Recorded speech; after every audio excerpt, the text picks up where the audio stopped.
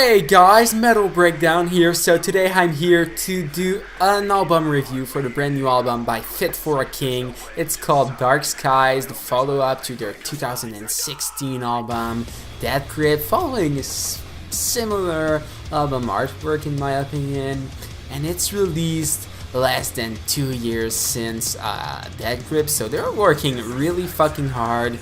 I cannot compare it that much with Dead Grip, since I think I only reacted to a couple of songs from Dead Grip.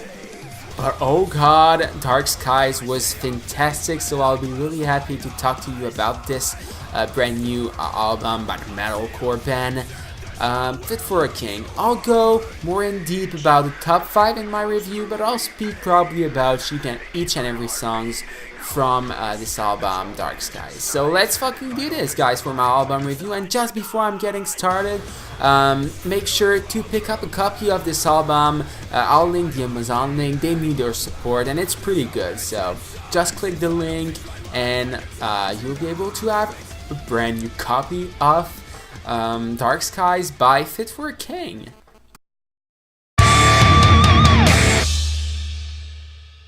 So just before I'm getting started with the top 5, I'll give you some honorable mentions.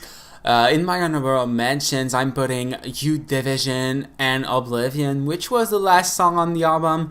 Youth Division was just good, so it did not come close to being my top 5, but Oblivion could have been in the 5th place maybe. I'm still unsure. Maybe it will change after a couple of more listens, because I listened to it like 3 times the album so far and 4 times for some songs, so things can change. But yeah, so far my top 5 looks like this.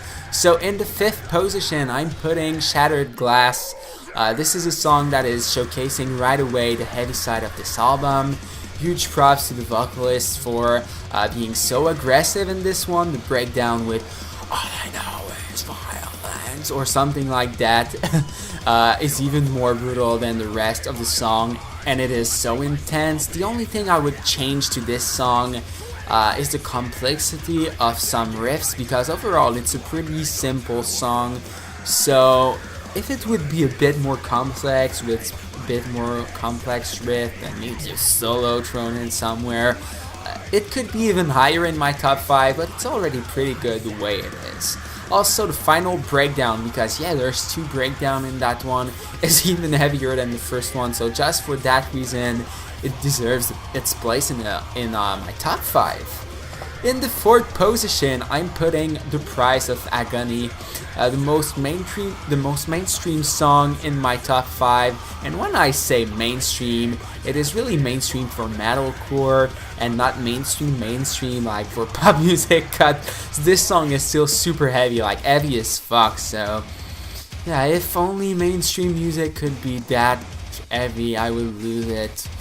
Oh, so yeah, it's pretty unfair to call this song mainstream, but just mainstream compared to the rest of the album or some songs on this album, you know. And the reason why I'm saying that is that there's a bigger amount of clean vocals, mainly in the chorus, and it's a bit more melodic. The main riff is godly. I could listen to it all day on repeat and would not get bored. It is especially the chorus that is a bit softer, like I said, but it's so well done, and the ending of it is among the heaviest moments of this song. Like when he's ending with the Price of Agony, and it's so good.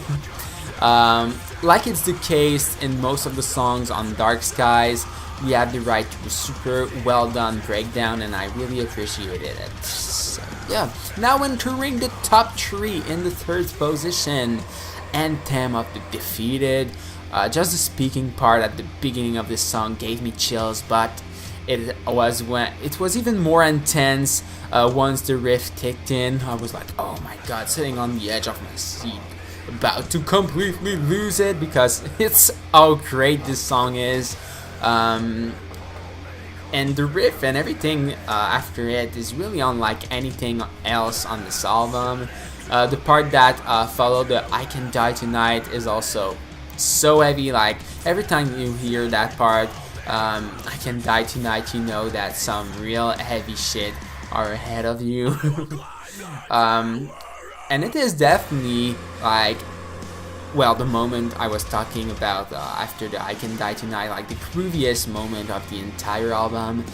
There's also a super cool guitar solo, but it could have been a bit longer, and hopefully they'll do more in the future because I really enjoyed this one. And yeah, Fit for a King, you need to do more guitar solo. You're good at it, just do more.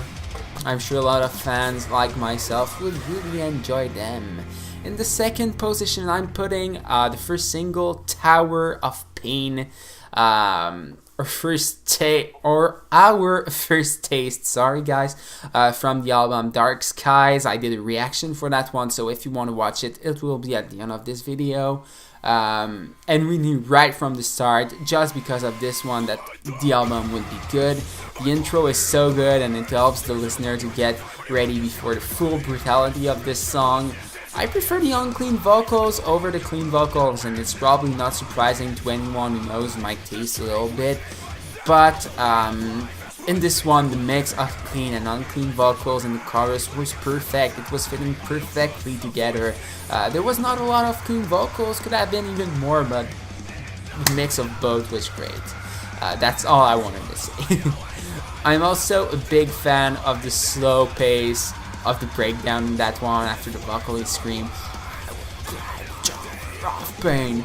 I'm saying them all the same way, all the breakdown, but it's not that way in the song. Listen to it and you'll see that. I fucked up pretty bad while saying that, but anyway. And now, my favorite song on this album, it's Backbreaker. It's only when I reached that third song on this album that I was able to understand how much I would love it. Just like in Anthem of the Defeated, there are some super groovy moments, and it's such a big pleasure for me to listen to all these parts. The breakdown in this one is pretty good, but the most impressive thing is the long stream that lasts the entire thing until the end of the song. Also, you guys need to know that he is able to do it live. I saw a video on YouTube and I was just blown away. I saw that even before listening to this song, and oh my god, try to find it on YouTube. It's really impressive. One last thing I absolutely need to mention is the intensity when he screams Backbreaker many times in the song.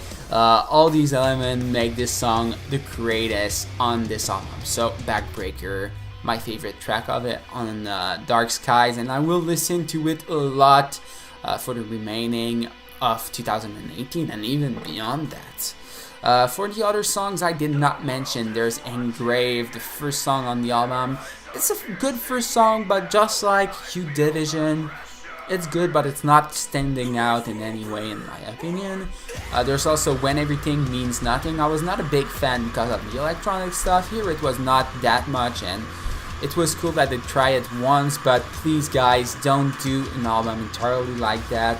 I would not be pleased, and probably the fan base as well. The last song I did not talk about was Depths of the Soul, which is some kind of ballad. It's really soft, not one of my favorite, but I enjoyed it. So yeah, great stuff. So now you know everything. I wanted to tell you guys about this album, Dark Skies by Fit for a King. Like I said, the Amazon link will be there. Make sure to support them by picking a copy of it if you use the Amazon link. Since I linked it, a small amount of the profits will go to me, but it will still be the same price for you guys, so everyone is happy. Yeah. Also, make sure to tell me what you think about this album in the comment section. Tell me about your favorites, would be cool to know. And yeah, thank you so much for watching. Make sure to subscribe if you're new here, because I'm sure there's a lot of other stuff for you here on this channel, so you don't want to miss that. And like I said, I'll link Tower of Pain, my reaction for it, at the end of this video. Thank you so much, guys. I'll see you next time.